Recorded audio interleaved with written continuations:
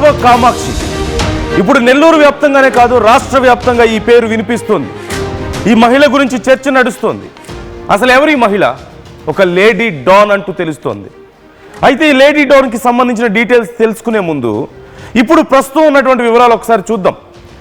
ముఖ్యంగా పెంచలయ్య ప్రాణాలు తీశారు కొంతమంది వ్యక్తులు దాడి చేసి. ముందుగా గ్రూప్ తగాదాలు అనుకున్నారు, కానీ చూస్తే అతని ప్రాణాలు పోవడం వెనక ఈ మహిళ కారణంగా గుర్తించారు. ఆ తర్వాత ఈ మహిళకు సంబంధించినటువంటి ఇళ్ల మీద దాడులు చేశారు.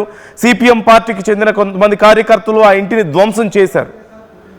ఇప్పుడు ఈ కేసు సందర్భంగా ఈ అరవ కామాక్షి విషయం తెర మీదకి వచ్చింది.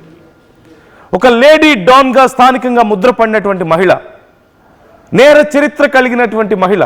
కేవలం తాను మాత్రమే కాదు, తన కుటుంబం మొత్తం కూడా ఆస్తులతో పాటు నేర చరిత్రను కూడా పంచుకుంటూ వస్తున్నట్లుగా తెలుస్తోంది.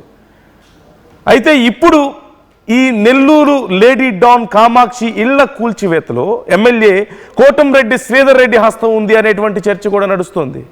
సిపిఎం కార్యకర్తలతో వ్యూహరచన చేశారంటూ ఆరోపణలు వస్తున్నాయి. కూల్చివేత సమయంలో ఎమ్మెల్యే అక్కడే ఉన్నారంటూ కూడా సందేహాలు. గతంలో కామాక్షిని పలుసార్లు ఎమ్మెల్యే హెచ్చరించారని, కామాక్షి ఆగడాలు పెరిగిపోవడంతో ఎమ్మెల్యే స్కెచ్ వేశారంటూ సమాచారం అందుతోంది.